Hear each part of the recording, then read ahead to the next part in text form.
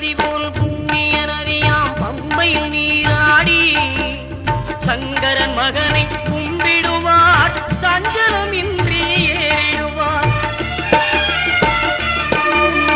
நீலிமலை ஏற்றம் சிவபாலனும் ஏற்றிடுவார். காலமெல்லாம் நமக்கே அருள்காவலனாயிருப்பார். தேகபலம் தா பாதபலம் தா தேகபலம் தா பாதபலம் தா தேகபலம் தா